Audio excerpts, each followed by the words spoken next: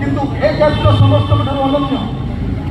ଓଡ଼ିଶା ମାଟିରେ ରାଜଧାନୀରେ କେବେ ଏଭଳି ଏକ ସାମୂହିକ ହିନ୍ଦୁବାଦୀ ସଂଗଠନ ବାଂଲାଦେଶୀ ଅନୁପ୍ରବେଶକାରୀ ଆଉ ରୋହିଙ୍ଗ୍ୟାକୁ ବିତାଡ଼ିତ କରିବା ପାଇଁ କେବେ ଏକାଠି ହୋଇନଥିଲେ। ଆଜି ଆପଣମାନେ ଏକାଠି ହୋଇଛନ୍ତି, ତାହା ଏକ ଐତିହାସିକ ଦିବସ।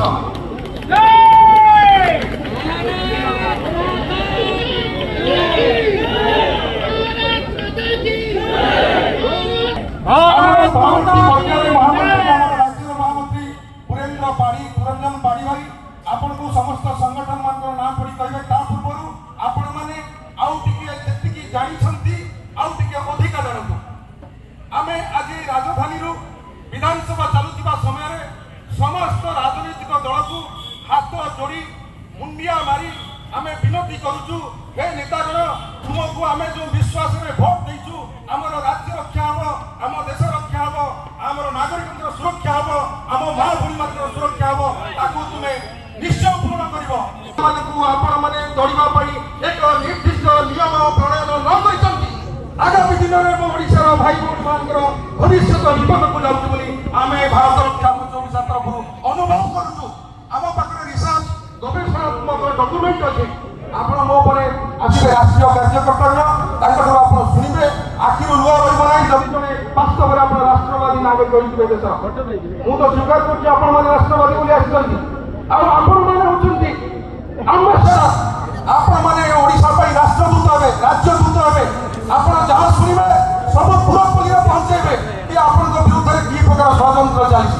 ସେ ଷଡ଼ଯନ୍ତ୍ର ଏହିଭଳି, ଆପଣଙ୍କୁ ଆପଣଙ୍କ ଘରେ, ଆପଣଙ୍କ ବିଦ୍ୟାଳୟରେ, ଆପଣଙ୍କର ମଠରେ, ଆପଣଙ୍କ ମନ୍ଦିରରେ ଆମ ସାଧୁସନ୍ତମାନେ, ପିତାମାତାମାନେ, ଗୁରୁଜନମାନେ ସବୁବେଳେ କହିଲେ, ସତ୍ୟ ପଥେ ଧର୍ମ ପଥେ ଘେନି ଯାମତେ ଘୋଷା ପରାଣ ମୋର তব প্রেম স্রোতে প্রভু পরম শরণ দিয় মতে দিব্য বুদ্ধি দিয় দিব্য জ্ঞান।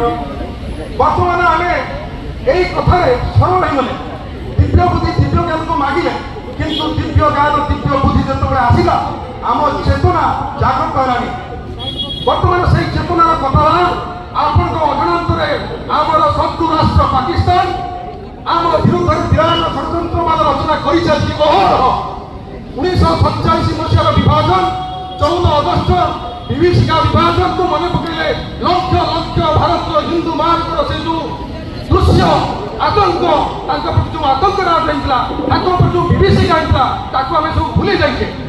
କିନ୍ତୁ 1947 ପରେ 1948-47 ଭିତରେ ଭାରତ ବିରୁଦ୍ଧରେ ପାକିସ୍ତାନ ଏକ ଛାୟା ଯୁଦ୍ଧ କଲା, ତାହା ଏକ ଯୁଦ୍ଧରେ ପରିଣତ ହେଲା। 1965 ମସିହାରେ ଆମ ବିରୁଦ୍ଧରେ ଯୁଦ୍ଧ କଲା, 71 ମସିହାରେ ଯୁଦ୍ଧ କଲା, 1999 ମସିହାରେ ଯୁଦ୍ଧ କଲା। ସମସ୍ତ ଯୁଦ୍ଧରେ ପାକିସ୍ତାନକୁ ଭାରତ ଏଭଳି ଭାବରେ ପରାଜିତ କଲା।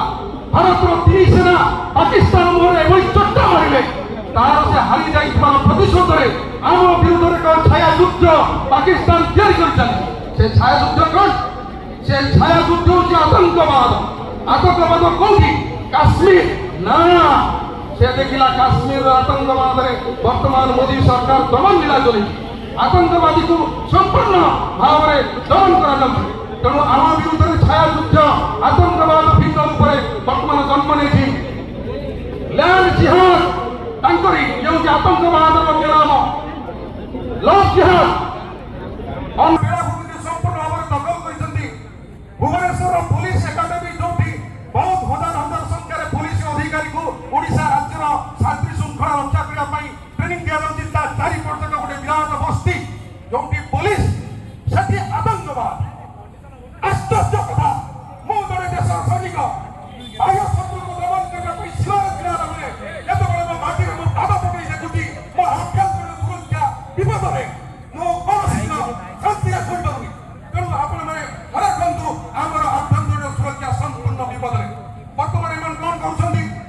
ବନ୍ଦର, ବିମାନ ବନ୍ଦର, ରେଲୱେ ଷ୍ଟେସନ, ହସ୍ପିଟାଲ, ବଡ଼ ବଡ଼ ଜାଗା, ବଡ଼ ବଡ଼ କଲେଜ, ଏ ଜାଗା ସବୁ ମାଡ଼ି ବସେ। ତାପରେ ସିରିଦା ପୂର୍ବରୁ ପଶ୍ଚିମ ସମ୍ବଲପୁର, ବରଗଡ଼, ତାପରେ କୋରାପୁଟ, ନବରଙ୍ଗପୁର,